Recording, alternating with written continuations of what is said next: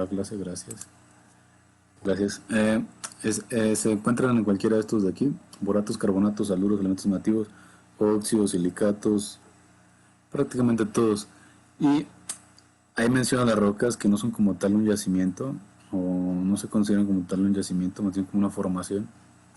Sin embargo, aquí lo voy a tratar como si fuera un yacimiento, lo voy a incluir aquí porque las rocas corresponden a las rocas ornamentales, valga la redundancia.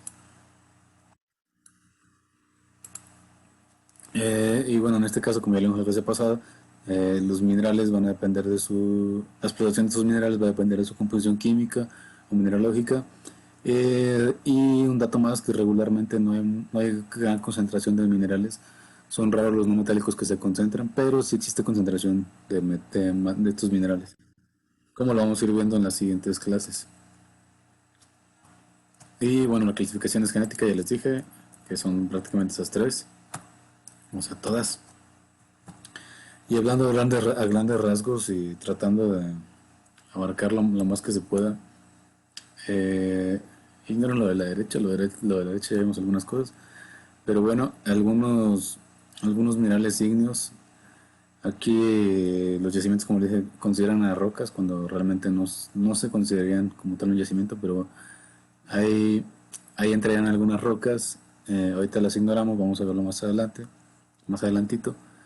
Pero lo importante aquí es que hay yacimientos ígneos que pueden ser de manchas magmáticas y de pegmatitas, por ejemplo, como son los cuarzos, las micas, etcétera, etcétera. La espodumena, que es la que vimos las clases pasadas, que era la de litio, también entraría dentro de los ígneos. El litio como espodumena, pero recuerden que había otros litio como salmueras, que entraría como sedimentario.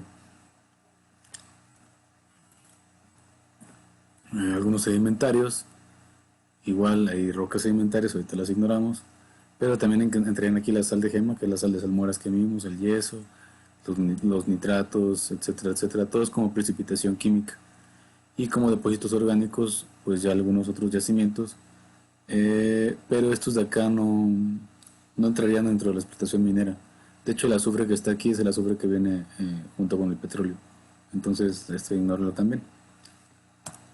Eh, en procesos metamórficos ya hay más variedad. Tenemos el talco, el grafito, algunas piedras preciosas que algunos la consideran como no metálicos, aunque ahí yo no estoy de acuerdo. Yo más bien las pondría aparte como gemas, pero bueno, algunos consideran las piedras preciosas como no metálicos. Sí, es que sí, algunas sí cumplen con las características que requieren los no metálicos, pero ahí, como les dije al principio, ya es muy subjetivo, depende de cada quien. Eh, de agua subterránea, de procesos en agua subterránea, como vemos en las sales, en las almueras, el azufre, que también ya vimos por método Frash, etcétera, etcétera. Y estos estarían relacionados más que nada con procesos metamórficos también. Igual, como les dije, no voy a abarcar todo. Les voy a dar algunos ejemplos y también algunos datos que no abarcamos en las clases pasadas, o más bien datos visuales que no abarcamos en las clases pasadas, como por ejemplo esto de aquí, a su derecha, es una mina de arena sílica que ya les había mencionado. Esta mina, o más bien todas las minas de arena sílica, son de origen sedimentario, y estas se forman por procesos de intemperismo o de erosión generada por el agua, principalmente por el aire. Y son depósitos que se encuentran en las zonas cercanas a ríos o a playas, o que en algún momento estuvieron bajo el agua. Es cuando se forman los yacimientos de arena sílica. Y bueno, esto ya lo sabían, este dato ya lo sabían. Esta mina de aquí, o esta zona de minas más bien, porque son varias minas, es del estado les había hecho estado de Hidalgo, pero hay una corrección. Popularmente se piensa que está en el estado de Hidalgo, y es que el límite anda por acá ya. Por acá es estado de Hidalgo y por acá es estado de México. Pero bueno, aún así estas minas llevan el nombre de la zona del estado de Hidalgo, que es Chitejé. Y como pueden ver, son varias minas, es un solo yacimiento y son varias minas. Y en esta zona de aquí se alcanza a ver la zona de arenas. Algunos me preguntaron en las clases, en semestres anteriores, cómo se veía una mina o cómo se veía un yacimiento de arena sílica. Realmente a simple vista no es tan fácil verlo. A veces sí, a veces cuando hay erosión o cuando hay vegetación, como en estas zonas de aquí, sí se alcanzan a ver. pero realmente no son tan fáciles de ver. Son yacimientos que están cubiertos de capa vegetal generalmente. Ahí les dejo las coordenadas por si la quieren ver. Por cierto, está fallando mi internet hoy, entonces ahí si algo se me corta o no entendieron algo, me dicen por favor y ya yo lo regreso porque anda como cortándose el audio. Ni idea por qué, yo creo que es Telmex, pero bueno. Eh, entonces los yacimientos de arena sílica son sedimentarios, como les dije, formados principalmente por erosión y principalmente por el arrastre de rocas con contenido de sílice. Otro tipo de yacimientos es el azufre, principalmente ígneos y sedimentarios. En México hay yacimientos que son de origen vulcanogenético, pero también pueden ser sedimentarios, principalmente por reducción de sulfatos, y estos también se forman o se asocian a la formación de diápiros salinos, los que les comenté en clases pasadas, los que también se extrae sal. Ahorita vamos a ver los diápiros salinos también más adelante. Pero bueno, en México están asociados principalmente a diápiros salinos los yacimientos que se explotan por el método Frash, o se explotaron. Que por cierto, ahorita les muestro algo interesante con respecto a eso, al método Frash. Les había dicho que ya no se utilizaba, pero ya me entró la duda, entonces me puse a investigar y encontré algo ahí extraño. Posiblemente sí se estén explotando, posiblemente no. Realmente no hay mucha información de eso. Tendríamos que ir a ver allá al sur de Veracruz. En fin, los yacimientos de origen volcánico pues se forman en las fumarolas de los volcanes. Como ustedes sabrán en sus clases de geología, las fumarolas o el gas que emana el volcán tiene presencia de azufre. eh, y este azufre pues se precipita cerca de las chimeneas de los volcanes y se forma algo como lo que vemos acá del lado izquierdo, sale como lo que habíamos visto en Niyen, en Indonesia, en la isla de Java. Y bueno, la mayor parte de la producción, como ya saben, aquí en México es un subproducto del petróleo. Pero no vamos a andar en esos yacimientos van más de petroleros. Esto es lo de diápiros salinos. Esto es lo de diápiros salinos que quería que vieran. ¿Cómo se forman los diápiros salinos? Básicamente hay una masa inmóvil que intrusiona las rocas aquí existentes. Y como la sal es menos densa, de hecho eso hace que floten en el mar muerto, por eso lo puse aquí. Perdón, la sal es más densa, perdón. Al haber movimientos de las placas tectónicas o movimientos tectónicos en la Tierra, esta masa se va a desplazar hacia arriba y se va a quedar en la parte de arriba formando una especie de hongo. Y generalmente una capa de anhidrita y una capa de azufre elemental, que es el que se extrae por el método Frash. En esta imagen de aquí, esta imagen es del estado de Veracruz, de Jaltipán, Morelos. Que por cierto, Jaltipán significa lugar de arena. Es una mina que está explotando. Tienen una concesión para explotar azufre. Incluso encontré ahí la. Ay, se me fue el nombre. Bueno, encontré ahí un documento de la Profepa.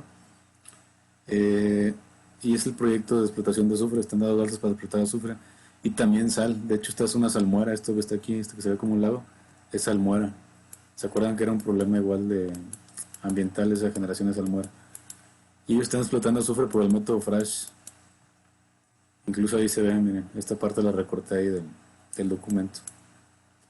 ¿Qué quiere decir esto? Que posiblemente sigan explotándolo porque ese documento es de 2000. Bueno, no, ya tiene como 10 años ese documento. Entonces es probable que a lo mejor ya no estén explotando, es probable que a lo mejor sí. Es probable que a lo mejor sí la sigan explotando. Y de hecho, esta zona de Jaltipán, Veracruz, fue famosa porque mucho tiempo tuvo explotación de azufre. Tuvo mucha explotación de azufre. El problema es que después ya dejaron de. Ah, sí, la manifestación de impacto. La mía, gracias. Se me fue el nombre, la mía.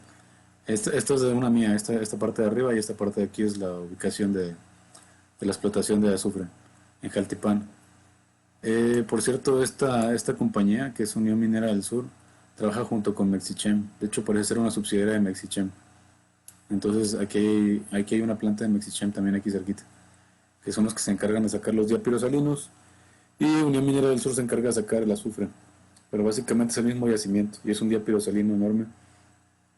Eh, bueno, se ve enorme, quién sabe, la información geológica no es tan accesible, pero bueno, está grande el lugar. Y les decía que Jaltipán fue famoso en su tiempo por la explotación de azufre. Ellos explotaban azufre, muchísimo azufre, durante mucho tiempo. Lo que pasó es que después cerraron todo eso, tuvieron muchos problemas, hubo un terremoto y después la gente se quejó de la contaminación y así, y fueron cerrando estas empresas de azufre. De hecho, más que empresas, era una empresa que trabajaba para Pemex, asociada a Pemex, y se llamaba Compañía Sufrera, creo, algo así. Compañía Sufrera de México, más o menos así, no recuerdo el dato. Pero son las mismas instalaciones, de hecho, que utilizó esta compañía. Y desconozco ahí esas almohadas si sea de esa época o sea generación nueva. Pero bueno, estamos cerquita del pueblo, aquí está el pueblo aquí al lado. Se quejaban mucho hace unos años este pueblo que no tenían ya minería, entonces se quejaban mucho de eso. Ahorita desconozco la situación de ellos, porque también se quejaban mucho de la contaminación, entonces no sé si ya están de acuerdo o no. Pero bueno, este dato lo encontré ayer ahí que andaba husmeando. Ahí les paso las coordenadas para que lo chequen. Realmente no van a ver mucho, solo van a ver aquí la salmuera. Realmente no van a ver mucho de la operación. Y aquí una parte de la planta. Y es que no hay mucho que ver. Porque el método es método fresh, entonces son barrenos. Son barrenos y no van a ver nada de eso. Y lo que vale la pena que vean es esto de aquí. Estas no son las únicas minas de aquí, de arena sílica, hay más minas por allá. ¿Sale? Entre el Estado de Hidalgo y Estado de México, están esas zonas. Eh, Otro yacimiento del cual me gustaría hablarles es la Bentonita, el cual es de alteración hidrotermal. Eh, y en este caso la Bentonita se forma de esta manera. Las cenizas volcánicas que van a caer aquí reaccionan con el agua subterránea. Eso provoca una alteración hidrotermal. Hay un intercambio ahí de mineralógico y de esa forma se genera la bentonita. Que como ya les había dicho, es una arcilla. En este caso, los yacimientos o el yacimiento que tenemos aquí más cercanos en el estado de Durango. De hecho, les había mencionado que la explotación minera estaba ahí. Y bueno, este es un ejemplo también de una mina de bentonita. Perdón, no de bentonita, no sé si les había dicho que había bentonita en Durango y en el estado de Puebla, perdón. En este caso, esto es una explotación de bentonita a cielo abierto, es pura arcilla. Y bueno, si ven, no es una explotación muy grande. De hecho, es un solo banco y le está llevando nada más una retroexcavadora o una pacharita, como se le conoce. En fin, de esto no hay. Bueno, sí hay información en cuestión de dónde se ubican los yacimientos y todo eso, pero no hay mucha diferencia entre esta mina y una mina a cielo abierto. Entonces, tal vez la arena sílica sí se ve como unas dunas ahí de arena, pero estas no había tanta información tan tan explícita. Entonces, basta con ver nada más que son de yacimientos de alteración hidrotermal. Eh, Otro yacimiento, en este caso que igual ya vimos, es el La Varita. Igual son de origen hidrotermal. El más famoso aquí en México es el Huizachal, que son una serie de vetas. En este caso, a diferencia de la alteración que se hacía aquí de las cenizas volcánicas, en este caso se hacía una alteración en vetas principalmente asociadas a cuarzo, a vetas de cuarzo. En esta imagen de aquí es una imagen de cómo se vería el yacimiento. Sin embargo, aquí hay más cuarzo si alcanzan a verlo, porque este es un yacimiento de oro, pero tiene un poquito de varita. Pero realmente se forman así, en las oquedades de las vetas, donde hubo circulación de agua, se formaron las vetas también de varita. Mm, ay, aquí hubo un error, perdonen. Esta es una mina de bentonita. Esto no debería ir aquí, pero bueno. Ah, Como les decía, no hay mucha diferencia entre una mina a cielo abierto y una mina de bentonita. ¿Sale? Esta es por la interior, ahí recuérdenme modificarlo para que no se los envíe, para que no se confundan. En fin, el yacimiento es algo así como este, el de varitas, son oquedades de vetas que se rellenaron de, de, de varita, y básicamente esa es la formación de las minas que tenemos aquí en México. Aquí en el estado de Nuevo León están las minas de varita, si se acuerdan de las clases pasadas. En cuanto al caolín, el caolín también es una arcilla, o se considera una arcilla. Esta es una alteración in situ, de hecho el yacimiento se le conoce tal cual como yacimiento de caolín primario. Son alteraciones in situ de minerales con contenido de sílice. El caolín tiene alto contenido de sílice.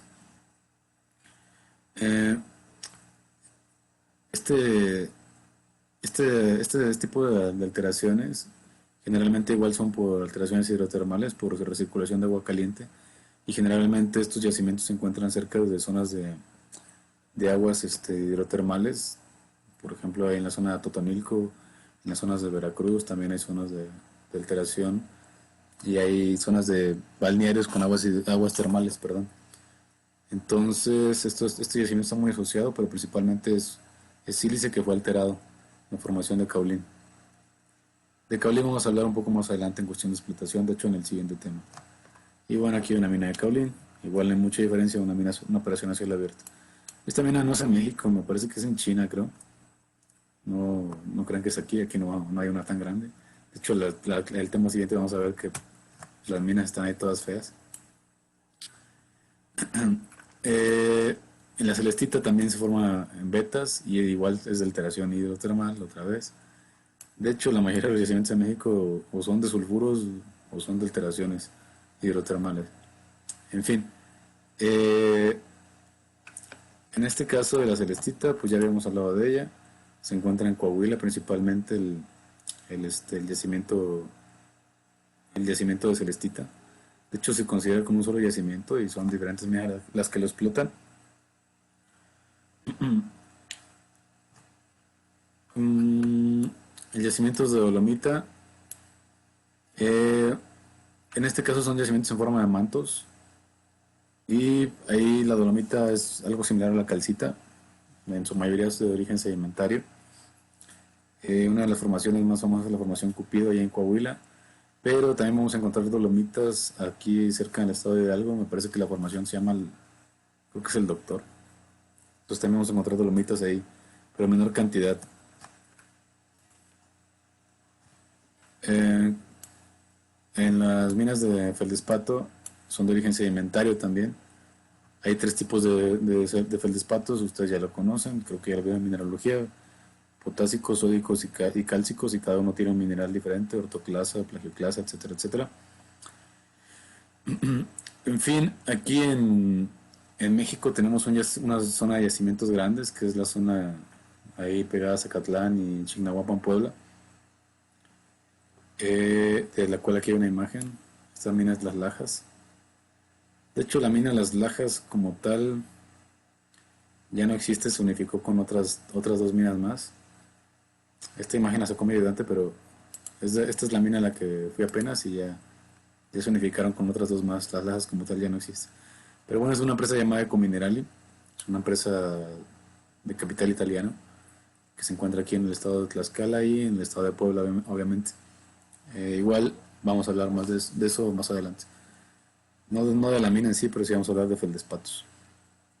En fin, son de origen sedimentario, y ahí tenemos en la zona de Puebla, principalmente ahí en la zona de la sierra. Y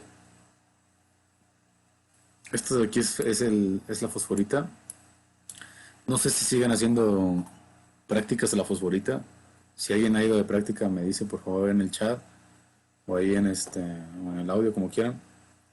En fin, son yacimientos de tipo skarn, que igual son alteraciones.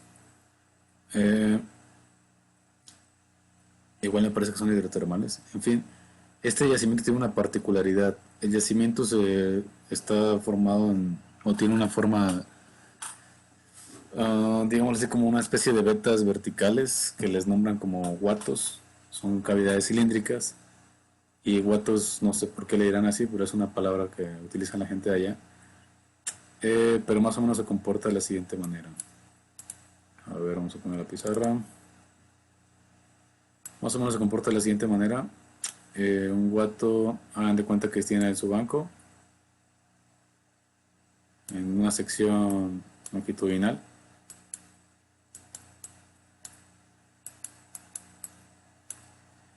Y el yacimiento viene así.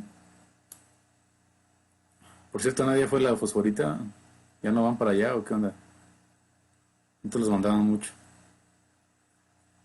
De hecho, el ingeniero Obregón era muy socorrido ahí. Él les hacía la geostadística. Les decía para dónde ir y todo eso. Entonces los guatos son más o menos algo así. Veanla como una especie de dedos. Y tienen muchos problemas por lo mismo a la hora de explotar el mineral. Porque pues todo lo de acá pues es roca encajonante.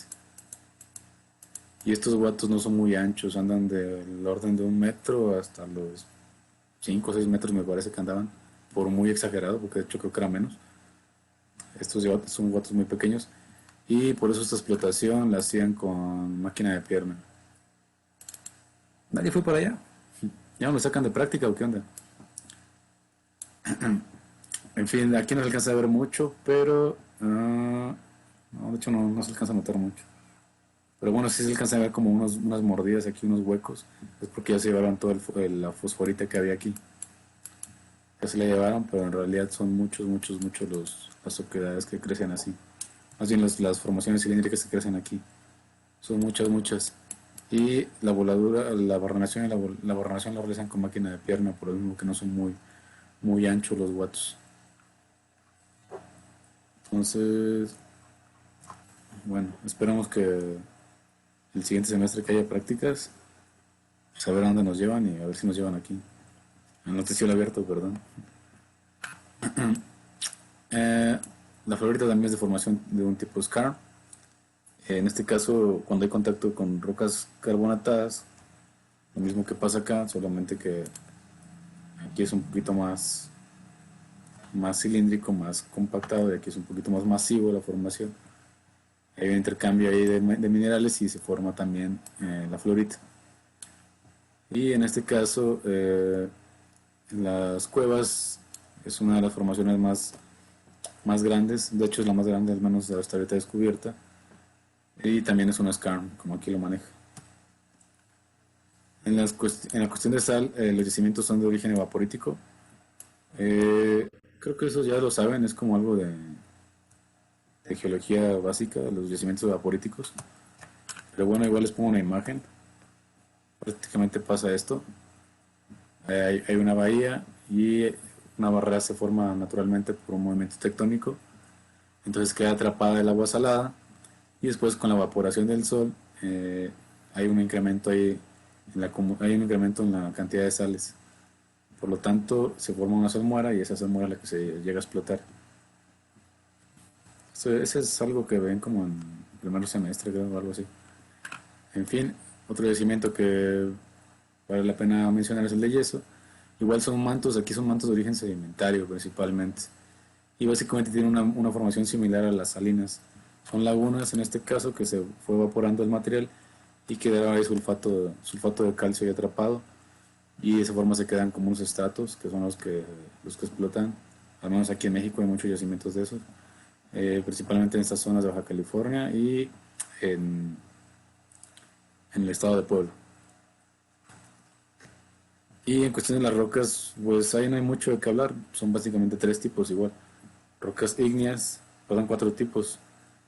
Rocas ígneas dentro de las que están las volcánicas y las plutónicas, pero principalmente son las plutónicas las que se ocupan más en este tipo de minería, porque al ser plutónicas, pues los cristales ustedes recordarán que son más gruesos y más grandes. No sé si se acuerdan de eso, y las volcánicas tienen cristales más pequeños. Eh, Sedimentarias, aunque hay muchas que son muy débiles, el intemperismo, por ejemplo la caliza o el travertino, el ataque químico también, son muy usuales en la en adornos interiores, en fachadas interiores de casas. De hecho, en su facultad de ingeniería hay una zona donde hay travertino, no sé si ya la hayan ubicado. ¿Alguien sabe dónde hay travertino en la facultad de ingeniería? Creo que sí, profe, creo. ¿Dónde? Son las escaleras que llevan al B. Muy bien, en las escaleras que vienen al B, muy bien, compañero. Ahí van a encontrar travertino. Ah, sí, Sebastián, bueno, usted ya sabe el semestre pasado. Pero sí, en las escaleras del B, ahí es donde hay travertino. Ahí se encuentra bien conservado. Y en algunos edificios de aquí de la Ciudad de México, principalmente en en, en funerarias, perdón, también hay algunas funerarias que tienen travertino. No recuerdo en qué calle está ubicada exactamente, pero una de las funerarias de Galloso tiene travertino así, pero en la fachada de afuera. Entonces, de hecho lo recubrieron así con una resina para que no se dañara. Y pues fue un gasto innecesario, pero bueno, se ve bonito. Y caliza, pues bueno, ustedes ya saben que el metro está lleno de caliza, me imagino que ya todos saben eso, ¿no? Principalmente la línea que tomaban para CU, las escaleras y todo está forrado de caliza. Incluso las escaleras ya están así desgastadas, porque es caliza.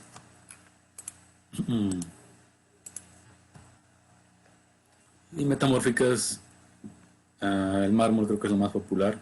Ahí tenemos el ejemplo de Bellas Artes, la pizarra y los nice. Los nice no son bloques tan grandes, pero sí llegan a usarse como decoraciones, principalmente fachadas exteriores. Lo mismo que las pizarras. Mm, y bueno, el mármol, eso creo que ya en todos lados ponen mármol de diferentes calidades. Lo que realmente nos compete o lo que realmente va a ser importante, porque es muy difícil que yo me aprenda todos los yacimientos, no tiene caso si al final de cuentas va a depender mucho de dónde esté trabajando. En el caso de que yo trabaje por mi cuenta, pues sí, ¿no? Va a depender de quién esté visitando o así. Pero generalmente la mayoría de ustedes o de nosotros, lo que hace cuando sale de trabajar es que se va a una mina en específico y bueno, ahí es donde se aprende el yacimiento de su propia mina. Además, en cuestión de origen, pues sí tiene relevancia, pero finalmente cada yacimiento se va a comportar de manera diferente y como les dije, dependerá de dónde se encuentren ustedes. Entonces no tiene caso que se los aprendan, más sí es importante tenerlos ahí a la mano, mínimo saber qué origen tienen, para que de esa manera si yo llego a estar en una mina, por ejemplo de yeso, ya sé qué origen tiene, ya sé qué buscar y ya sé qué esperar del comportamiento del yacimiento. Si acaso puede haber sorpresas de que a lo mejor hubo una falla, un movimiento ahí y se modificó la morfología, pero ya tengo una idea yo del yacimiento. Y además, pues creo que hay una materia de yacimientos, entonces no tiene caso que andemos tanto en eso. Entonces, realmente lo importante o lo interesante es considerar estas características eh, intrínsecas del yacimiento y extrínsecas. Intrínsecas que son propias del yacimiento y extrínsecas que van fuera del yacimiento, por así decirlo.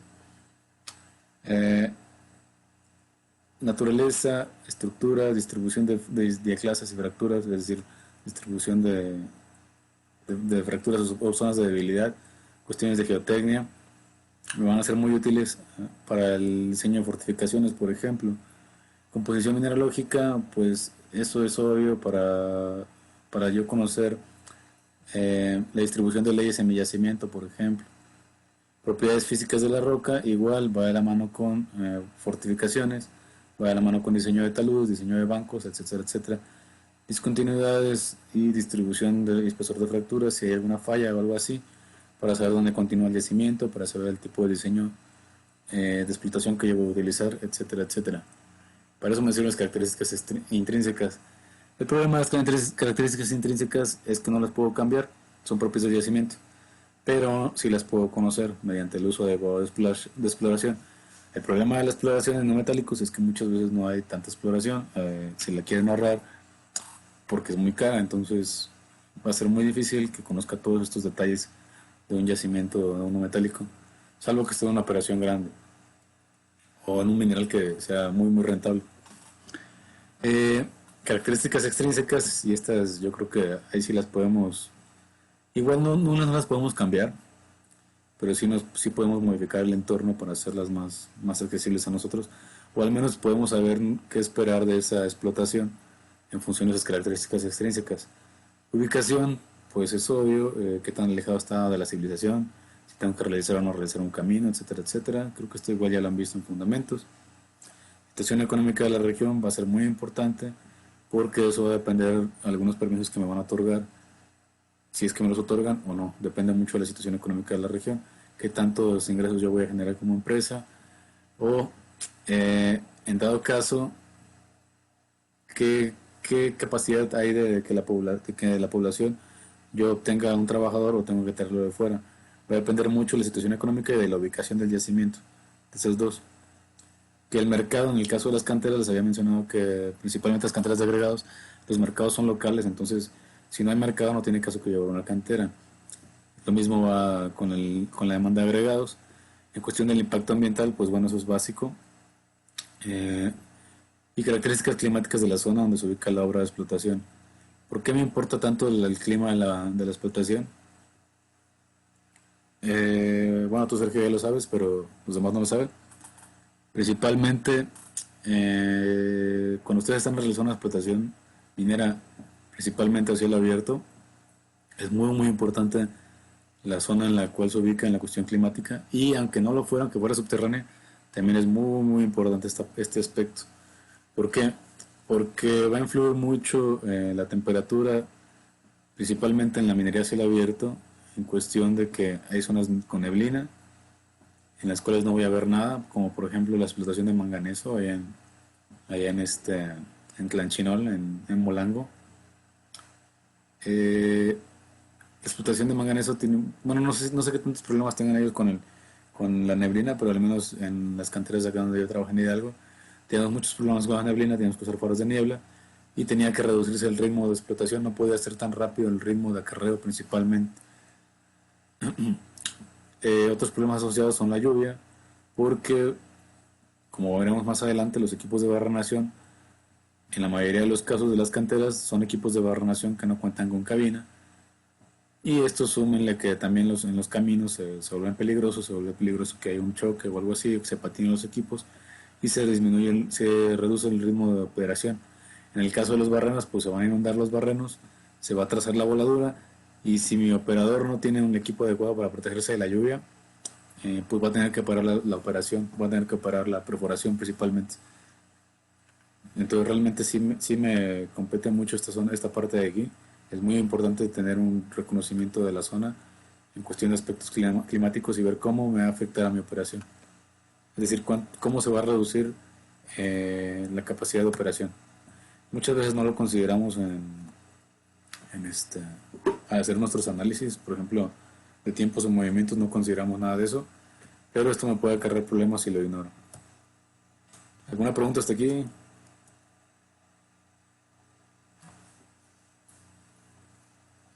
¿No? No, ninguna. Bueno, entonces vamos a entrar a las principales variantes en los métodos de explotación. Y principalmente vamos a hablar de canteras. Minería subterránea, creo que ya les había dicho, no les había dicho, pero bueno, minería subterránea no la abarco en este curso porque ya tienen un curso de minería subterránea. Y pues realmente no hay mucha diferencia, ya los métodos que se utilizan son prácticamente los mismos. Si acaso varían unas cosas, pero realmente no tengo experiencia en minería subterránea como para decirles en qué cuestiones varían o en qué cuestiones no. En cambio, en el cielo abierto sí hay una diferencia muy marcada en cuanto a la explotación de una cantera y en cuanto a la explotación de un tajo, por ejemplo. Entonces, este tema lo voy a abarcar principalmente en canteras. En fin, una cantera es cualquier explotación que lleve a cabo la extracción de materiales y agregados o de cualquier mineral que sea no metálico o un agregado químico. Uh, Digámoslo así, una cantera es una explotación de minerales no metálicos para abarcar todo, porque agregados químicos quedan dentro de los no metálicos y los materiales agregados también quedan dentro de los no metálicos, como lo vimos al principio. Entonces, a resumidas cuentas, una cantera es una explotación de minerales no metálicos. Básicamente es eso. Eh, También es posible extraer rocas industriales o rocas ornamentales, pero igual, volvemos a lo mismo. Las rocas ornamentales o industriales las metí en los no metálicos al principio del curso, entonces la cantera es una explotación de minerales no metálicos. Y hay diferentes formas de explotar una cantera, pero generalmente, más no quiere decir que sea todo cierto, yo soy lo vemos en cielo abierto, los que están en la clase, pero bueno, generalmente se encuentran por encima, perdón, del nivel topográfico natural de la zona. Esto no es del todo cierto, eso es un tipo de cantera nada más. Hago la aclaración porque muchas veces eso lo vemos en la explotación de minas a cielo abierto. Tenemos esa mala idea o esa idea errónea de que una cantera siempre está por encima del nivel topográfico natural del suelo, lo cual no es cierto. Los digo por experiencia propia. Incluso hay canteras subterráneas. Por eso no les puse aquí, es una explotación a cielo abierto ni nada. Bueno, sí les puse a cielo abierto aquí en grande, pero acá arriba no dice nada de eso. Porque hay canteras subterráneas incluso. Sin embargo, se limitan a ciertos métodos de minado. Entonces, por eso no lo vamos a ver aquí, vamos a ver solo las canteras a cielo abierto.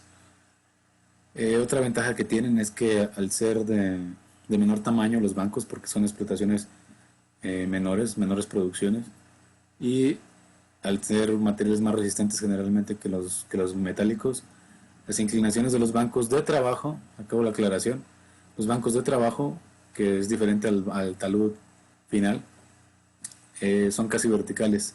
Si se entiende esto de que es un banco de trabajo y que es un talud final, si no se entiende pregunten, no se preocupen. Yo entiendo que se les olvide o que no lo hayan visto, porque igual en cielo abierto no lo hemos visto todavía. Entonces, ¿sí se entiende eso que es un talud de trabajo? ¿No? ¿Me preguntas? ¿Si lo entienden bien? ¿Queda claro?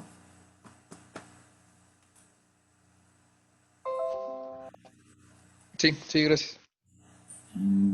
Ok, espérame. Todo bien. Ok, si saben, bueno, entonces el talud de trabajo puede ser una inclinación casi vertical en este caso. Eh, ok, todo claro, muy bien. Con uno que me diga que no, yo lo explico, pero bueno. En fin, si ya saben lo que es si ya saben la diferencia, entonces no vamos a tener problema. Los taludes de trabajo son casi verticales, pero eso no quiere decir que los taludes finales, o sí, el pit final que le llaman, sea casi vertical, no es cierto.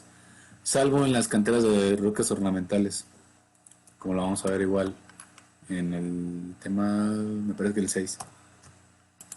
En fin, eh, ya va a ser la aclaración. Algunos autores como Harman, que es el que más conocen ustedes, el que más conozco yo también, porque son los libros que más en la facultad, eh, hace, hace la distinción de que una cantera simplemente se enfoca en rocas ornamentales o rocas dimensionables. Sin embargo, yo ahí difiero un poco con este señor. Digo, quizás no soy a quien para refutarlo, pero al menos aquí en México sí cambia un poquito la cosa y las canteras se enfocan principalmente en no metálicos. ¿Sale? De hecho, ellos tienen una palabra especial para esto, es quarry, que traducido al español sería cantera, pero quarry realmente se enfoca como palabra inglesa, se enfoca en las rocas dimensionables. En fin, hay una clasificación por uso de las rocas, de las canteras, perdón, que es principalmente, son tres usos, que pueden ser rocas ornamentales, de los cuales aquí hay unos ejemplos, rocas industriales, igual aquí hay otros ejemplos, que son los no metálicos, minerales no metálicos, y agregados pétreos, todos son no metálicos, como lo vimos en las clases pasadas. Esa es la clasificación por uso de las canteras. Y la clasificación eh, por diseño, que es la que me gusta más a mí, parte de esto de aquí, ustedes recordarán que, bueno, no recordarán, más bien tienen que saber que hay dos grandes ramas de los métodos de explotación, subterráneos y superficiales. Entre los superficiales se encuentran las canteras y bloques dimensionables de los métodos mecánicos, que igual son metálicos. Por aquí entre los dos hay algo raro llamado Glory Hall, que igual vamos a ver al final de este tema.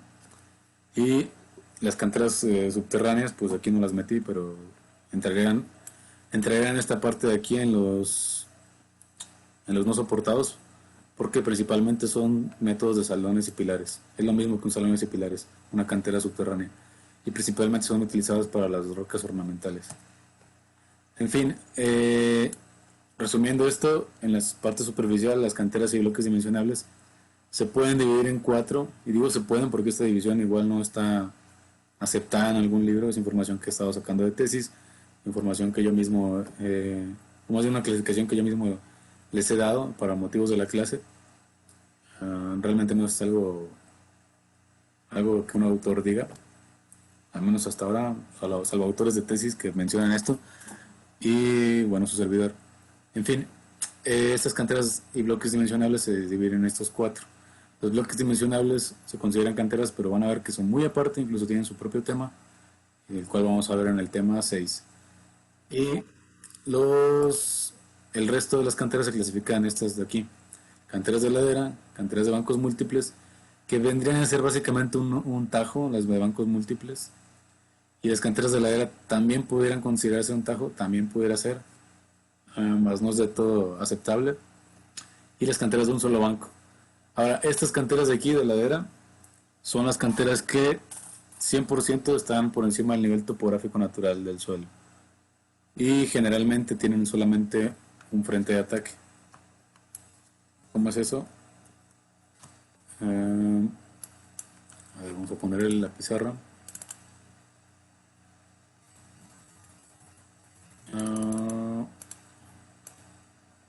Imaginen que este es un cerro. Aquí hay una casita, ¿no? No sé por qué me sale mejor en Paint que en esta cosa, pero bueno. Ya usamos esto. Entonces, el banqueo de una cantera de ladera es así.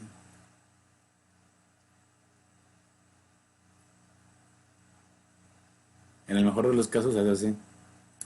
¿Y qué quiere decir esto? Que si mi mineral estaba nada más aquí, el que voy a explotar, y sigue una franja nada más, pues nada más tengo un frente de ataque, como quien dice, el frente de aquí.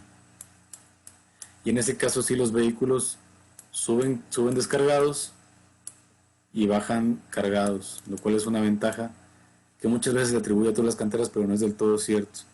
Esa ventaja no funciona en todas las canteras. Esta ventaja nada más es para las de ladera, o esa clasificación como tal, las características son para las de ladera. Estas sí se encuentran por encima del nivel topográfico natural del suelo, que vendría a ser este, el cual es subjetivo, depende de la perspectiva del observador, pero creo que en su mayoría se entiende esto. O sea, si ves un cerro está por encima de tu nivel topográfico natural, aunque a lo mejor aquí hay un desnivel, no sé. En fin, solo hay un frente de ataque y aquí el equipo de acarreo sube descargado y baja cargado. Como les digo, eso muchas veces se le atribuye a las canteras en general, pero solo pasa en las canteras de ladera. En cambio, puede haber canteras que se hagan, que se profundicen y sean como una especie de tajo o un open pit, que le dicen. Y en este caso tengo más de un frente de ataque. Sí, al menos en esta sección tengo 2, pero pudiera tener uno hacia allá y otro hacia adentro de mí. ¿Sale? Ok, ¿qué pasó, Abraham? Tengo una duda con ese tipo de explotación. ¿Es semejante a lo que es una explotación por plataformas? ¿Qué llama explotación por plataformas? Es que, por ejemplo, en Calidra, en Acajete Puebla manejaban una especie así más o menos de un solo frente de ataque, pero ellos le decían plataformas. Pues posiblemente sea lo mismo. A veces que cada empresa le cambia de nombre. Como te digo, esta clasificación como tal no existe. Eh, yo le llamé así cantera de ladera, pero... Y otros tesistas le han llamado cantera de ladera también. No es 100% mío. Pero puede ser que sea lo mismo. Voy a preguntarle a Ay, se me olvidó su nombre. Ahí tengo un amigo que está en Calidra.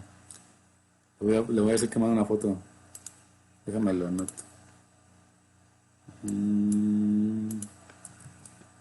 Calidra. Plataformas. Sí. Te lo investigo, ¿eh? Porque te mentiría si te dijera que sí, porque yo no conozco esa explotación. ¿A cuál fueron? ¿A la de Puebla? Sí, la de Acajete. Cajete. Por lo que yo recuerdo, le llamaban banqueo y el término de plataformas era por la extensión. Como sí, prácticamente es en una sola dirección y son como, pues sí, dimensiones mucho más grandes a un banqueo tradicional de cantera, es porque ellos la llamaban plataforma. Pues sí, de hecho, en la cuestión de las laderas, las dimensiones son más grandes en cuestión de explotación de un banco, de bancos múltiples. Pero como te digo, igual ese es el nombre que yo le estoy dando. Ya tendría que ver con ellos. No hay como un acuerdo así bibliográfico para llamarlas como plataformas o como canteras. Quizás se le llaman plataformas, pero como dice tu compañera, parece una plataforma. Pero igual le pido una fotografía a este. Tuvo un compañero que estuvo trabajando ahí también y otro que está trabajando. Pero realmente no sé dónde está trabajando el que esté ahorita. Pero uno sí sé que estuvo ahí en Agajete. Entonces le pregunto, ¿sale? O que me manda una foto a ver si tiene. Ya te digo si sí o si no. Eh, Características generales de las canteras, principalmente la tecnificación es muy escasa o muy baja, la producción también es baja. Sin embargo, esto va a depender del tipo de mineral que sea, pero generalmente son así. La tecnificación, es decir, no hay mucho equipo, o el equipo que hay no es tan avanzado como una minería metálica, por obvias razones de cuestiones económicas. Eh, y las producciones, por lo mismo, también son bajas. Para que se den una idea, una cantera grande sacaba alrededor de 10.000 toneladas diarias. No sé no sé cuánto sacaban ahí en Calidra, si tienen el dato y me lo comparten. Una cantera así que se considera gran sacaba 10.000 para arriba diarias. Eh, y una explotación a cielo abierto de un metálico anda sacando arriba de los 100.000 toneladas diarias para que se considere grande. Digo, hay variaciones, hay metálicas que son pequeñas que sacan 10.000 al mes, por ejemplo. Pero así en cuestiones generalizadas, para que se dé una idea en cuestiones de producción, más o menos ahí andan los datos. Entonces 10 veces más grande una operación, valga la redundancia, grande de una metálica que una operación grande de metálica. ¿No tienen el dato de cuánto sacaban en Calidra diario? Déjeme checar. Podría ser en una libreta de campo. Quizá en la Una, próxima clase se lo podríamos. un Yo aproximado tengo, yo tengo el dato de que sacaban 60,000, pero al mes. al Es mes, decir, ajá. pues es poquito.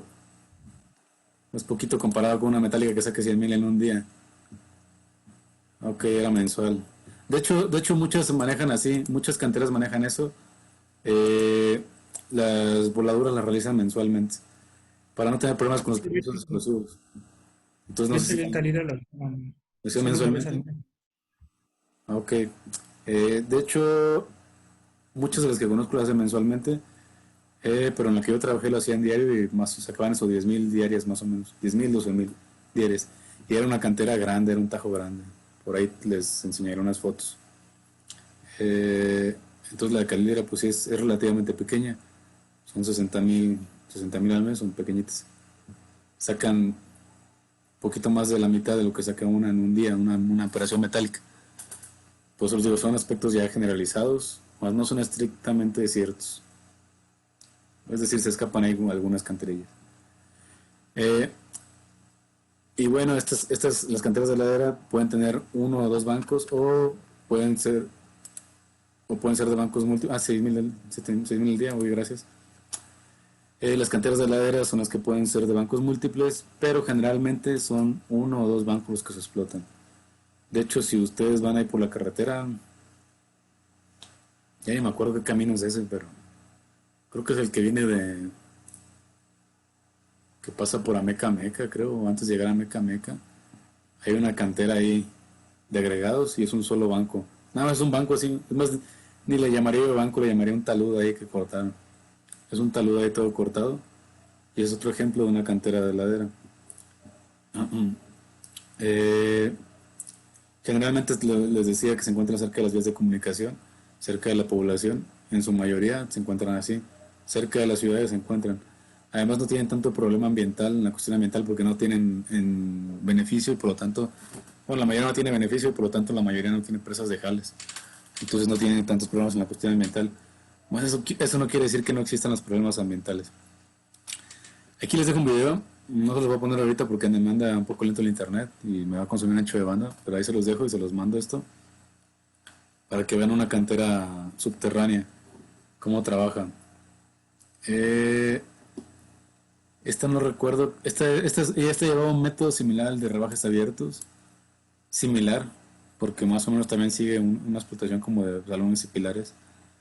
Pero ahí para que la vean, se los mando en el grupo, yo creo. Ahorita no lo voy a pasar porque me anda fallando el internet. Aparte, pues, es perder el tiempo.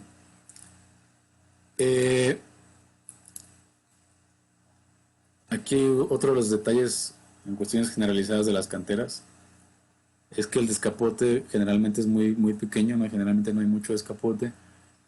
Generalmente el mineral no está tan alejado de la superficie, o los yacimientos se comportan de una manera regular, por lo tanto no tengo que retirar tanto descapote. Esto no quiere decir que por eso sea rentable, que si yo tengo poco descapote sea rentable, porque como ya vimos antes, el precio del mineral pues no es tan alto en cuestiones no metálicos, pero pues es una ventaja ahí de la naturaleza que no hay tanto descapote. Por lo cual muchas veces en las canteras lo que se hace es subcontratar los servicios de descapote. Se hacen pequeñas operaciones y estos se dedican a la explotación, al puro descapote nada más. Sin embargo, esto no es exclusivo de las canteras, porque en explotaciones metálicas también ya veo que hacen esto. O ya la mina como tal, la minera como tal ya no explota su descapote, ya no explota incluso ni su mina, como Peñasquito, que tiene ahí creo que 5 o 6 empresas que están explotando el cerro, y Peñasquito no se dedica al concentrado y a dirigir y a la planeación. Entonces ya no es exclusivo de las canteras, pero lo que sí es algo común es que el descapote sea muy bajo. Y bueno, ahí está la imagen, meme y consejo también, Eso es cierto. Generalmente cuando son en compañías que subcontratan, no les dan utilidades, o las utilidades son muy bajas. Pero bueno, ese dato es cuestión de escuela de la vida. En fin, la secuencia de operaciones es igual a un tajo. Son muy, muy raras variantes, y principalmente en tipos especiales de canteras, como las canteras de bloques dimensionables. Ahí sí el método de explotación o la operación es muy distinta a lo que vemos en una operación habitual o en un tajo. Las canteras de bancos múltiples, la operación es un tajo básicamente, no hay ninguna variante, salvo los tamaños de los equipos y la producción, y si acaso el periodo en que se realizan las voladuras. Pero de ahí en fuera es un banqueo múltiple. No hay ninguna diferencia, los equipos bajan descargados o suben cargados. Solo en el caso de las canteras de ladera, que ya lo vimos, el equipo asciende descargado y desciende cargado. En cuestiones operativas también hay un mayor daño en los equipos de cargado, porque suelen recibir más desgaste en las llantas, y esto debido a que a los equipos de carreo, en las llantas, suelen recibir más desgaste, y realmente ahí es cuestión de es un conocimiento empírico, pero no hay como un dato que lo avale. Pero sí, en proporción hay mayor consumo de llantas de una cantera que de una mina metálica. Pero ahí juega mucho ahí el papel de la operación, que también se opere, la estabilidad de los caminos, que también estén los caminos, etcétera, etcétera.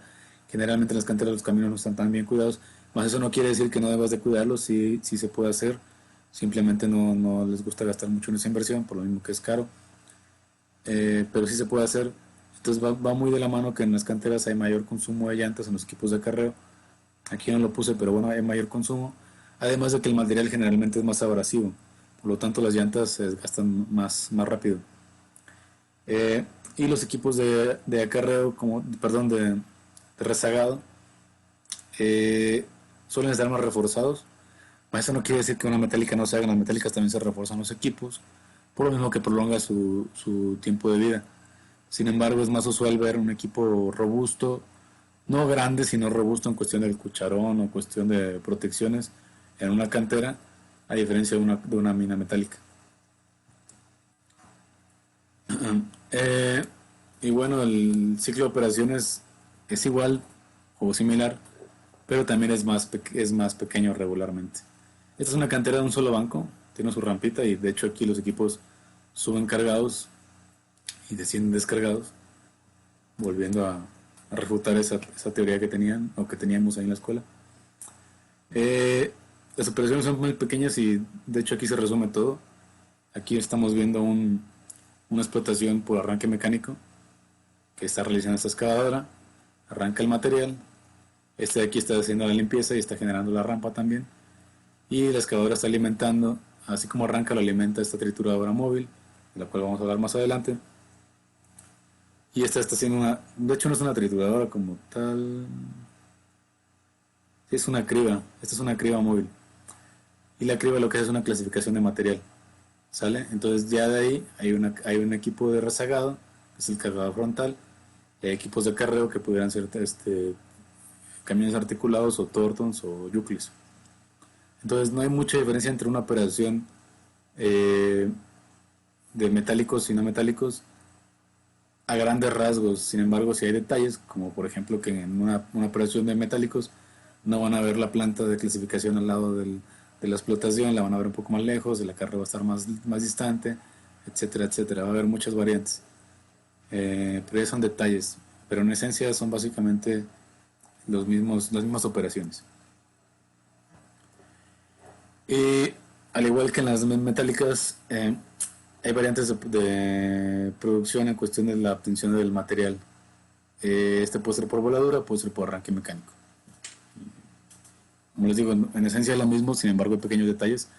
Por ejemplo, que regularmente en las canteras los barrenos que se utilizan son barrenos de diámetros pequeños.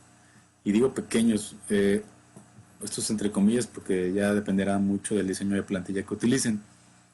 Pero generalmente son pequeños. Además de que estamos muy cerca de las poblaciones, no podemos darnos el lujo de utilizar de hacer grandes voladuras o de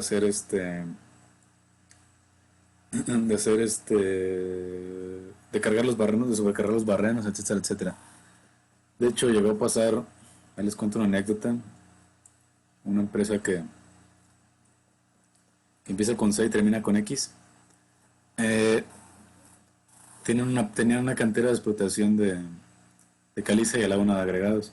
Entonces la de agregados estaba muy cerca de un pueblo, estaba como a 5 minutos del pueblo, de hecho. Era un pueblo pequeño, había como unas 20 casas, no creo que era un pueblo grande. Y se les ocurrió, como bien, de hecho, un pedido de explosivos que realizaban de manera mensual y no tenían permiso de almacenamiento de explosivos. No sé si sabían eso, pero tienes que sacar un permiso para almacenar tus explosivos, no puedes nomás comprar explosivos a lo tonto. Tienes que sacar un permiso que generalmente es anual y ese permiso lo desglosas a meses o en días o en semanas, como tú quieras. Entonces tienes el permiso para usar explosivos, para hacer voladuras, pero no tienes el permiso para almacenar explosivos. Entonces todo el exceso de explosivo que tengas lo debes de quemar, si es que te pasas. Si llevo una voladura que la hago mensual y ahí me falló algo, no sé, no acabé los barrenos o me sobró explosivo, me salió mal el cálculo, necesariamente tengo que quemar ese explosivo.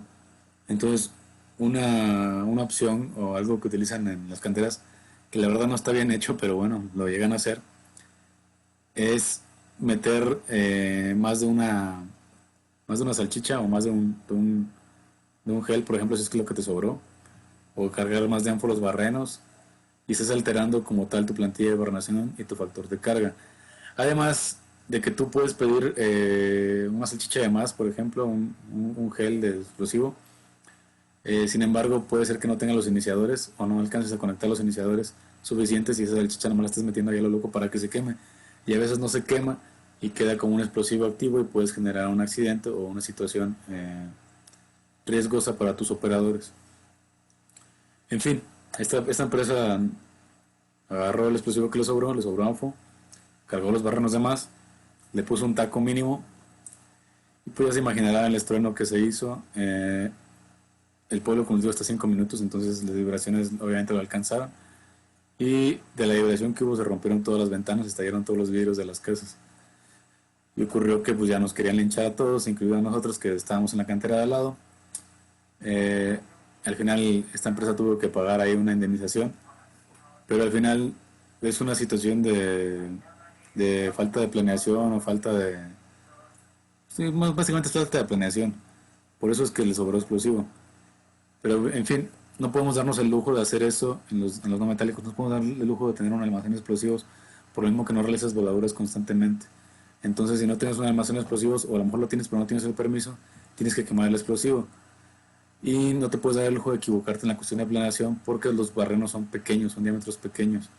Si te sobra explosivo vas a tener que necesariamente alterar tu voladura. Entonces la mejor opción para evitar esas situaciones y evitar que los linchen es quemar el explosivo con fuego en la parte externa de la mina, es decir, haces una fogata, quemas todo, porque por cierto, cuando haces una voladura se tiene que quemar todo el sobrante de explosivo. Es más,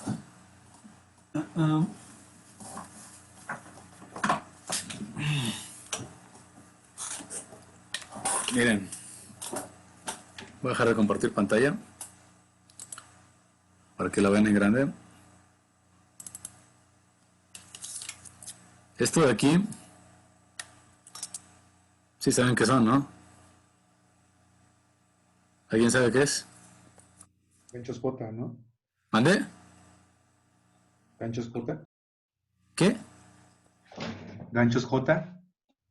Ajá, pero ¿cuál es su nombre? Iniciador. ¿Mande?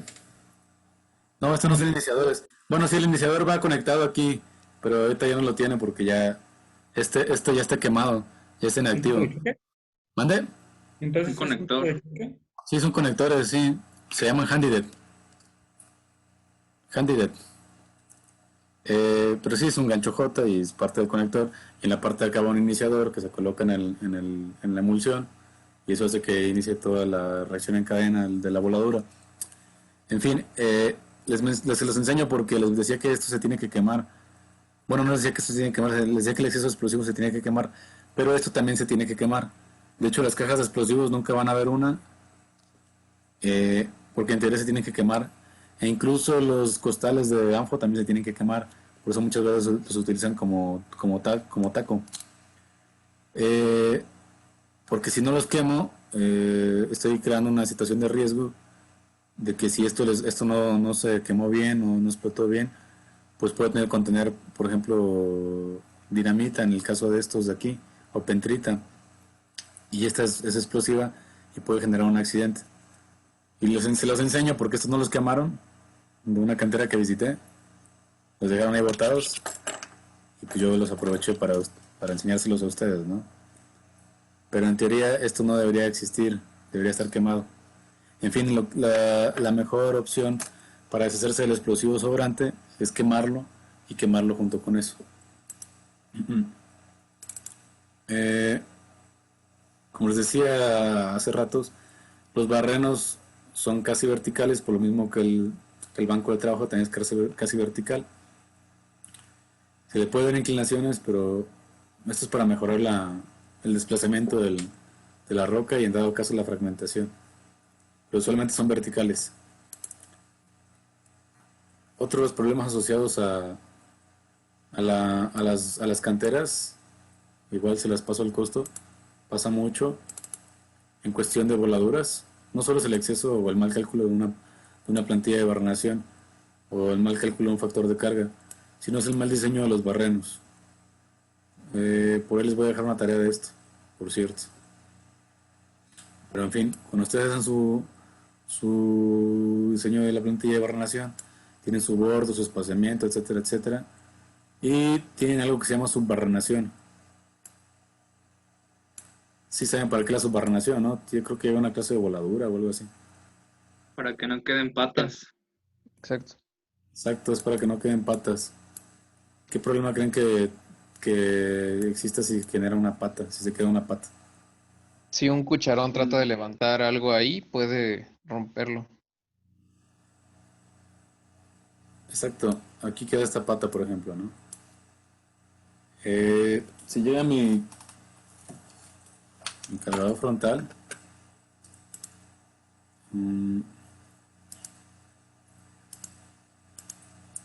si llega mi cargador frontal y está una pata, el cucharón obviamente está diseñado para que nada más recoja material fracturado o si acaso material muy débil y haga esto, entra, ataca y levanta.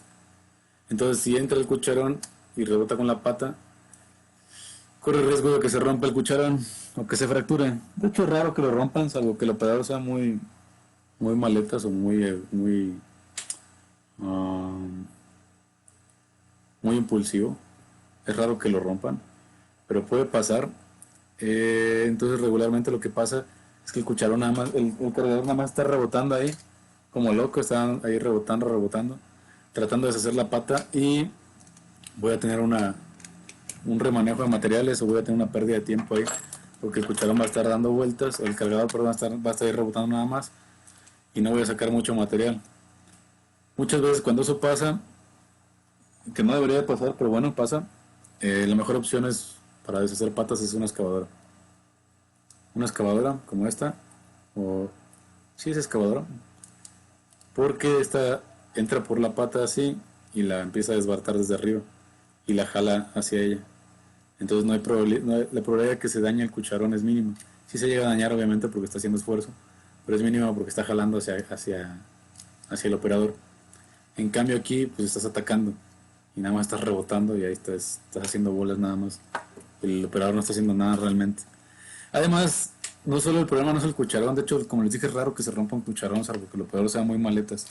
Es raro que lo rompa, en serio. Sí puede pasar, pero es muy raro. Si alguien lo rompe, córranlo, en serio. En fin, ese no es el problema principal. El problema principal es que las llantas se patinan. Al estar rebotando, las llantas se patinan. Y si las llantas se patinan, pues las llantas revientan. Y estas llantas son muy caras, muy caras. Las llantas de un 980, que es un cargador de tamaño medio, digámoslo así. De medio a chicos más. Andan unos 80,000 varos más o menos. Ahí para que tengan una idea. Entonces, no solo revientan una, sino que revientan dos. Pueden reventar, principalmente se revientan las delanteras. Porque estas son las que más patinan. Entonces, si las revientan, pues ya 160,000 pesos de ahí por dejar una patita. Y el operador pues se va a excusar, ¿no? Va a decir que la voladura salió fea y que el ingeniero tiene la culpa, etcétera, etcétera. En fin, es un problema usual de las voladuras en canteras. Por lo mismo que los barrenos son pequeños y son cortos, son pequeños y son cortos, el equipo más socorrido en las canteras es este de aquí. Se conoce como track drill o perforadora de orugas. Track son las placas de aquí, son las orugas. No se confundan con track de música. En fin, estas perforadoras, generalmente hay de dos tipos, con cabina y sin cabina. A esta le conocen como hidrotrack, ¿sí? Y otra gran diferencia es que esta tiene un colector de polvos. Y también puede tener sistemas de supresión de polvos. Puede tener agua para suprimir polvos y tiene sistemas de captura de polvos. Esta de aquí puede que tenga una de captura de polvos si bien le va al operador, si no, no. Y generalmente el compresor, en estas de acá, el compresor va incluido. En estas de acá el compresor va de manera externa. Lo cual es de por sí el equipo es lento, es un equipo de orugas. Esto lo vuelve más lento. Porque no solo tengo que mover el equipo, tengo que mover el compresor. Generalmente se mueven aparte. Y bueno, estos de aquí muchas veces generan ahí situaciones de seguridad, condiciones inseguras.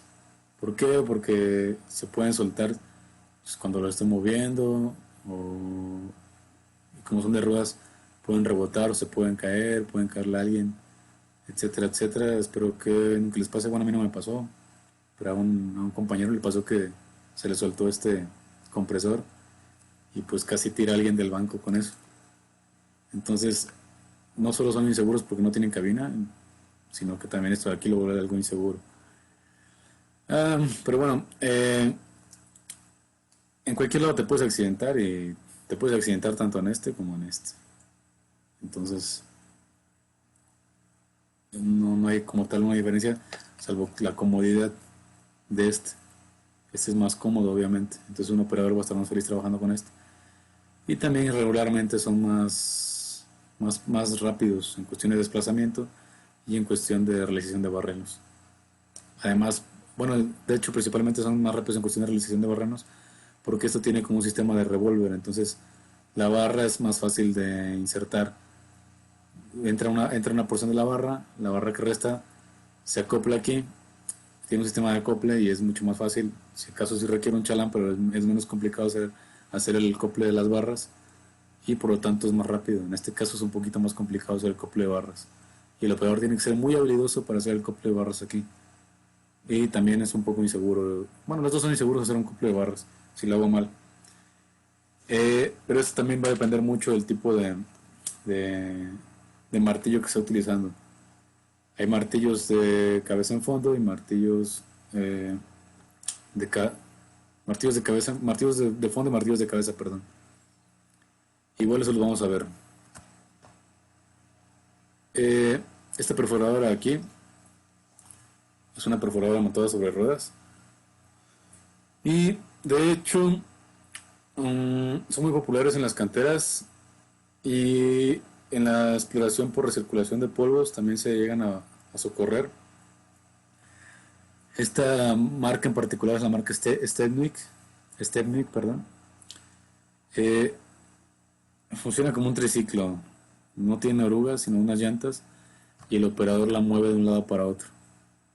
Ahí tengo un video y ahorita se los mando al grupo porque no lo tengo aquí en la computadora, lo tengo en mi celular. Pero ahí tengo un video y se los comparto. Pero bueno, este Stepnick es una opción muy viable para la explotación de minas, principalmente de canteras. Y tiene la ventaja de que la puedo mover fácilmente al tener ruedas y la puedo subir por cualquier lado, es como una cabra de monte, sube por todos lados. Las ventajas que tiene que mover el compresor también, pero es un compresor más chico, entonces no tiene tanto problema con respecto a mover el equipo. ¿Alguna duda hasta ahora? No. Ok, permítanme tantito.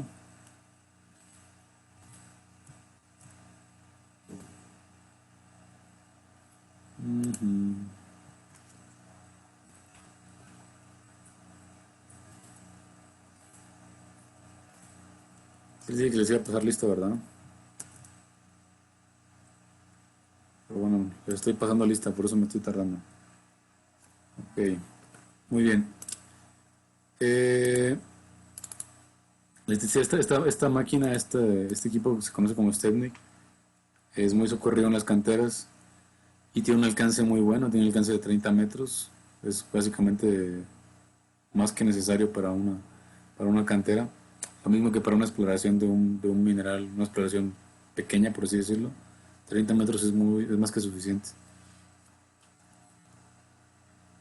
Les decía que hay dos tipos de martillos, martillo de cabeza y martillo de fondo. Y dos tipos de perforadoras también. Hay perforadoras neumáticas y perforadoras hidráulicas. Las perforadoras neumáticas sí pueden ser de dos tipos de martillo, las neumáticas nada más de un tipo.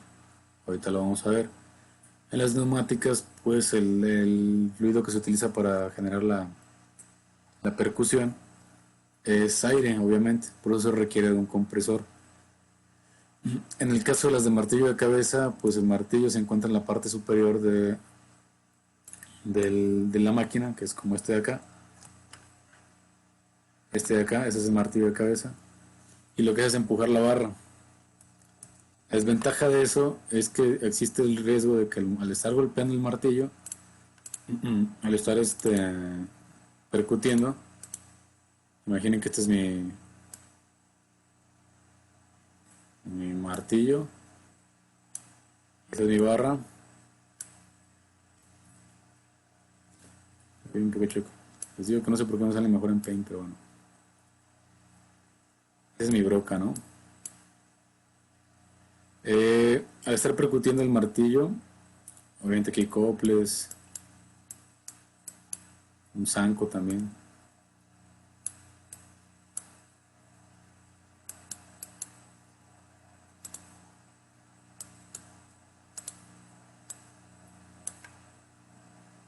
Y este es mi...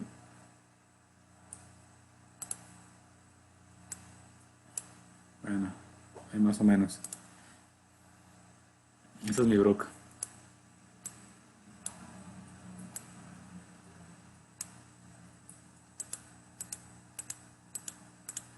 Al estar percutiendo el martillo en la parte de los martillos de cabeza, está aplicando la fuerza sobre toda la barra. Sobre toda la barra está aplicando la fuerza. Y al final se concentra aquí, en la broca. Entonces, mi barreno, bueno, no llega hasta allá.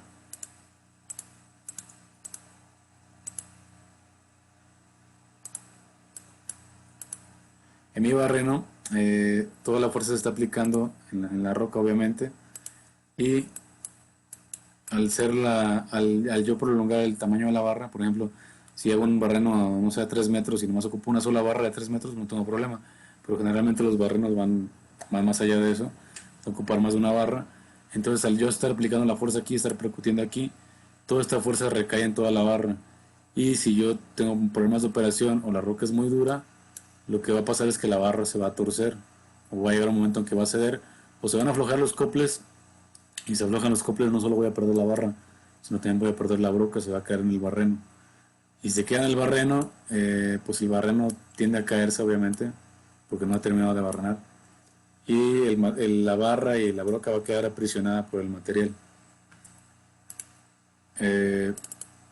Suena muy simple, pero no tienen idea de cuántas veces pasa esto, ¿eh? Pasa muy, muy seguido. Aparte, los operadores también tienen que hacerlo a veces hasta a propósito. E incluso llegan a percutir en vacío, y si percuten en el vacío, ¿alguien sabe qué es lo que pasa? ¿Nunca ha visto eso?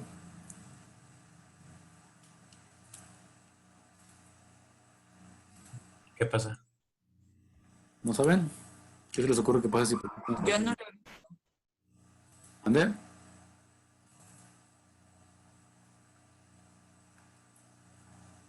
¿Qué dijo? ¿Nadie sabe? No, profe. Bueno, si percuten en vacío, lo que llega a suceder es que ustedes conocen las brocas. Me voy a adelantar un poco, eso ahorita lo vemos. Ahí están. Estas son las brocas. Brocas tricónicas que no van a ver casi nunca en canteras. Y las brocas convencionales de balines que van a ver generalmente en canteras, porque estas son rotopercutivas. Estas solo son rotativas. En fin, cuando ustedes percuten en vacío, lo que sucede es que estos elementos de aquí, que se llaman elementos de corte, que son los que tienen el polvo de diamantes o el tungsteno, dependiendo del tipo de broca que tengan, cuando ustedes percuten en vacío, estos se caen. Y si se llaman elementos de corte es porque cortan a la roca en la que están trabajando, están perforando. Entonces, si se caen, ¿qué creen? Pues la broca ya no sirve para nada. ¿Sale? Eso es lo que llega a pasar cuando ustedes percuten en vacío. ¿Qué otras mañas hay? Pueden percutir sin rotar. Y los equipos son rotopercutivos por algo. Es decir, rotan, como aquí, rotan y percuten. Martillean, rotan y percuten. ¿Qué pasa cuando nada más rotan? Bueno, aparte que también se van a dañar los balines, los elementos de corte. Perdón, cuando nada más percuto y no roto, cuando nada más percuto y no roto, aparte que se van a dañar los balines, voy a generar dobleces en la barra. Y otra vez puedo perder toda la barra, o puedo perder la barra y la broca con todo y coples. Eso es muy muy usual y muchas veces no nos lo enseñan en la carrera. Son cuestiones que vamos aprendiendo ahí con base a la experiencia, a la mala. Porque digo, no creo que nadie quiera que le pase eso, pero llega a suceder. Llega a suceder que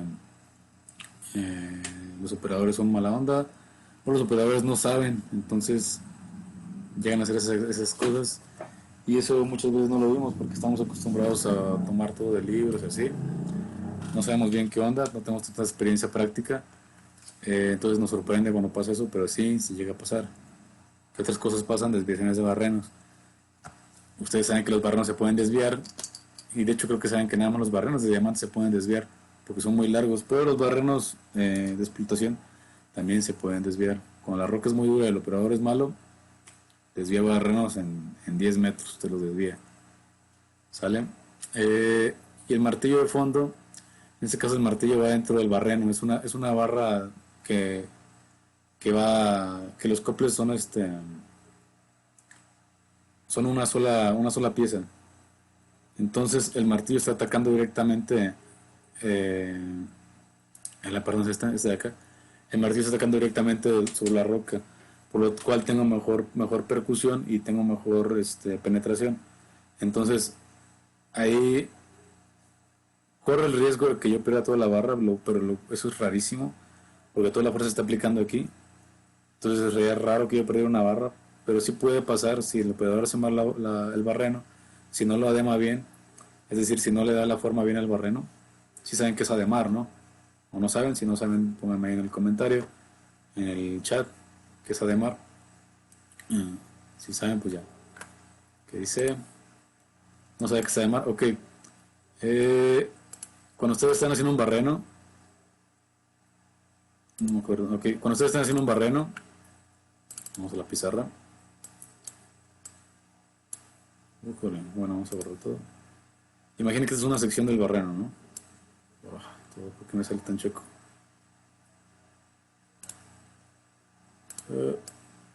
Esa es una sección del barreno. ¿Vale?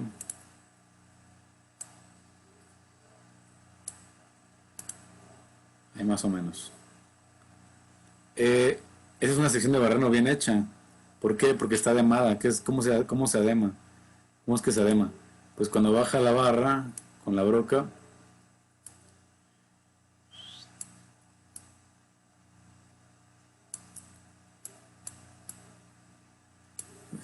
¿por qué me sale tan chueco?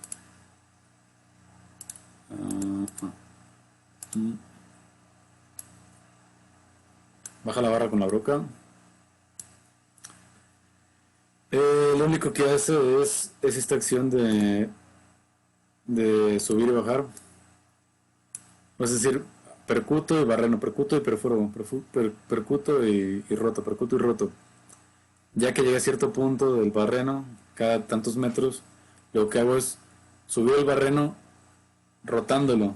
De esa forma voy a hacer que todas las partes inestables del barreno caigan, la roca inestable caiga, se quede en la parte de abajo. No va a haber problema porque después lo va a sacar sacando el polvo, con el extractor de polvos. Pero al hacer esto, yo subir y bajar el barreno, lo que hago es garantizar que quede un barreno así bien formadito, redondito, cilíndrico. Ese es un barreno bien ademado. Un barreno que está mal ademado es que, pues, a lo mejor por fuera se ve bien, ¿no? Por fuera se ve así el agujero. Pero lo empiezo yo a sondear. Sí saben que sondear también, ¿no? Y yo voy a encontrarme con algo así.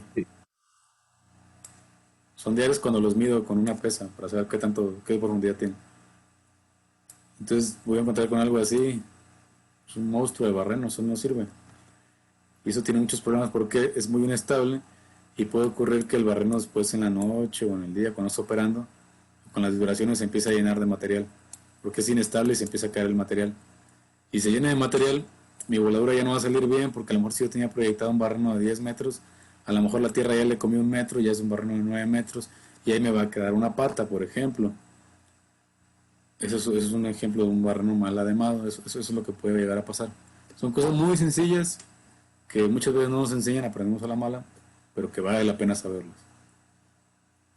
Otro problema, que si está mal ademado, si tenía yo calculado cierto volumen de explosivo, no sé, por ejemplo, cierta masa, no sé, 50 kilos de anfo por cada barreno, aquí me va a sobrar anfo porque estoy quitando el espacio y le estoy quitando volumen al barreno. Entonces ya veré cómo le quito tajo, a ver qué. El chiste es que ya me quedó una voladura fea por esa simple acción de operación mal hecha. ¿Alguna duda hasta ahora?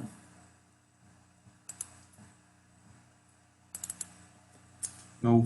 ¿Podría En fin. mencionar la metodología para hacer el sondeo que menciona? Ah, ok. Cuando ustedes van de práctica de cielo abierto, creo que les enseñan eso, ¿no? O de estancia, no sé. Pero bueno, se los paso, o sea, no hay problema. Ah, ¿para qué lo borré? Eh, espérame. Igual cuando van de estancia ya ahí les enseñan un poquillo. Pero bueno, exacto, es eso. Es no con una piedra como tal, no es necesario alumbrar con un espejo. A lo mejor eso lo viste en alguna mexicanada, pero bueno, puede ser que utilices un espejo. Pero básicamente es que tú metes una cinta, usan una piedra, pero las cintas para sondear, pues vienen con una pesa, ¿no? Vienen con una pesa y esa pesa obviamente hace la función de una plomada. La plomada lo que tienes es que te da un ángulo recto. Entonces eso es la función de una plomada. La manera que tú sabes qué distancia vertical hay aquí. Y de esa forma conoces la profundidad del barreno. Y esto se realiza para conocer la profundidad del barreno y de esa forma saber qué tan bien trabajó el operador. Porque muchas veces estos barrenos se pagan por metro. Entonces, si estoy trabajando, por ejemplo, con contratistas, es muy importante que yo haga sondeos de mis barrenos. Y también es importante para la voladura. Si, como les dije otra vez, si mi plantilla es de 10 metros,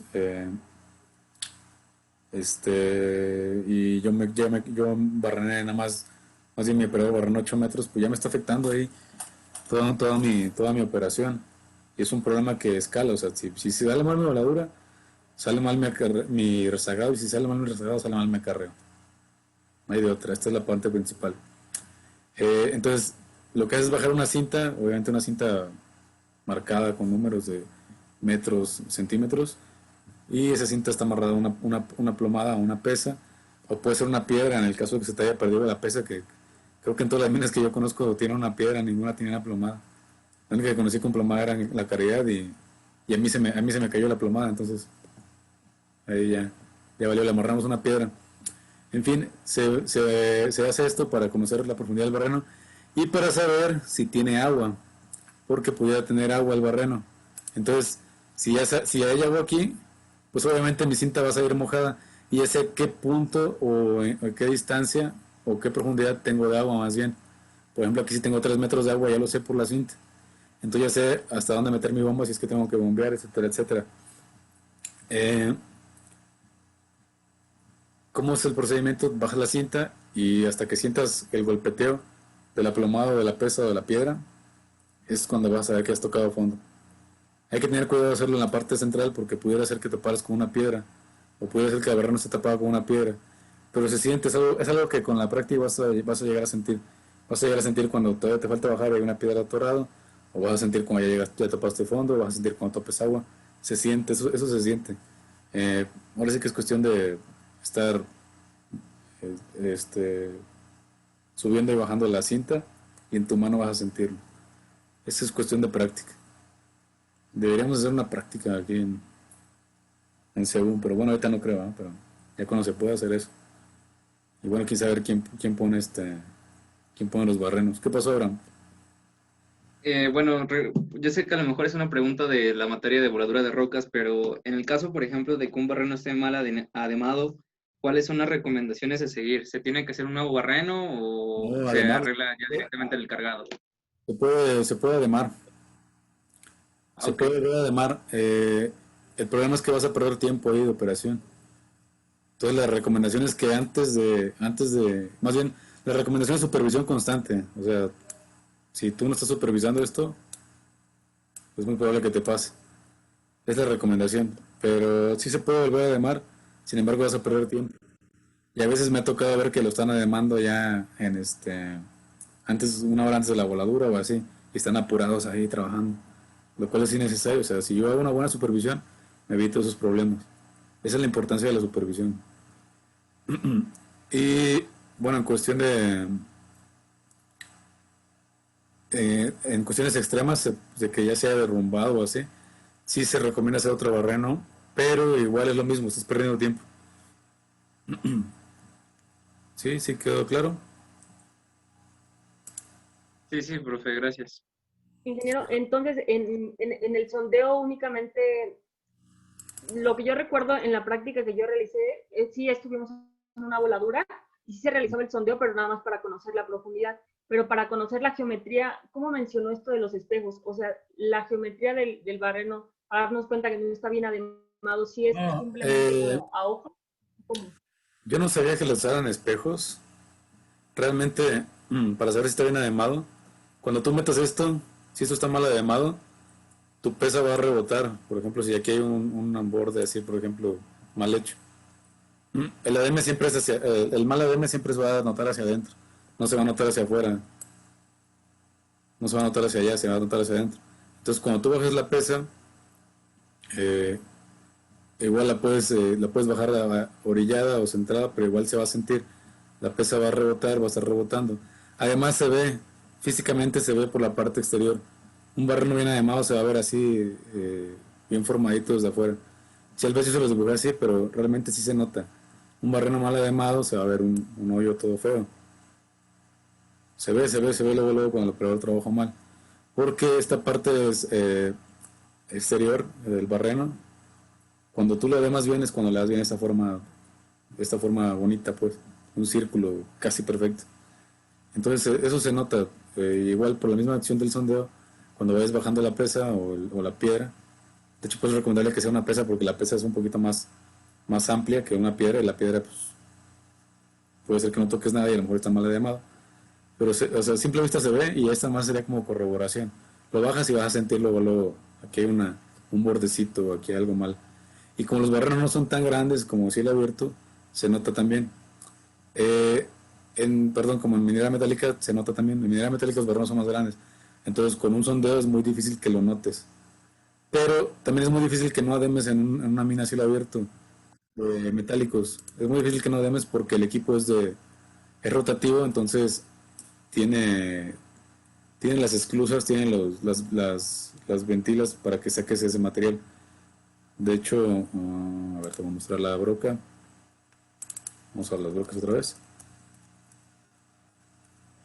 Es muy difícil que no dames con esto, porque aparte estás inyectando agua y otra vez está inyectando aire y otra estás trayendo el material. Entonces, además, ve la forma que tiene, o sea, es muy difícil que no demes. Aparte siempre está rotando. No sé si la que fuiste era de metálicos o no metálicos o qué tipo de brocas tenían. Sí, era metálico. Ah, es probable que tuviera una rotativa, no sé, la verdad. Sí, Ok. eran rotativas. Ahí es muy difícil que pase eso, ¿eh? Okay. Aparte los equipos son más sencillos, es más rápido de marca una de esas que con una broca de estas, o sea, esto es un poco más complicado.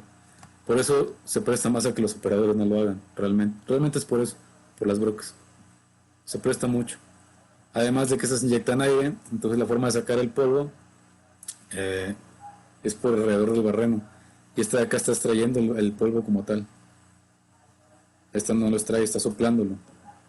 Por eso es un poquito más tardado de mar con estas que con estas. Pero sí, o sea, eso se nota, o sea, cuando tú introduzcas la pesa, se va a notar. Pero es como cuestión de sensibilidad, cuestión de tacto y cuestión de práctica, que agarras eso. Por eso no te sabría, bueno, te lo estoy sabiendo explicar lo más que pueda, pero es cuestión de tacto, realmente es cuestión de sentirlo.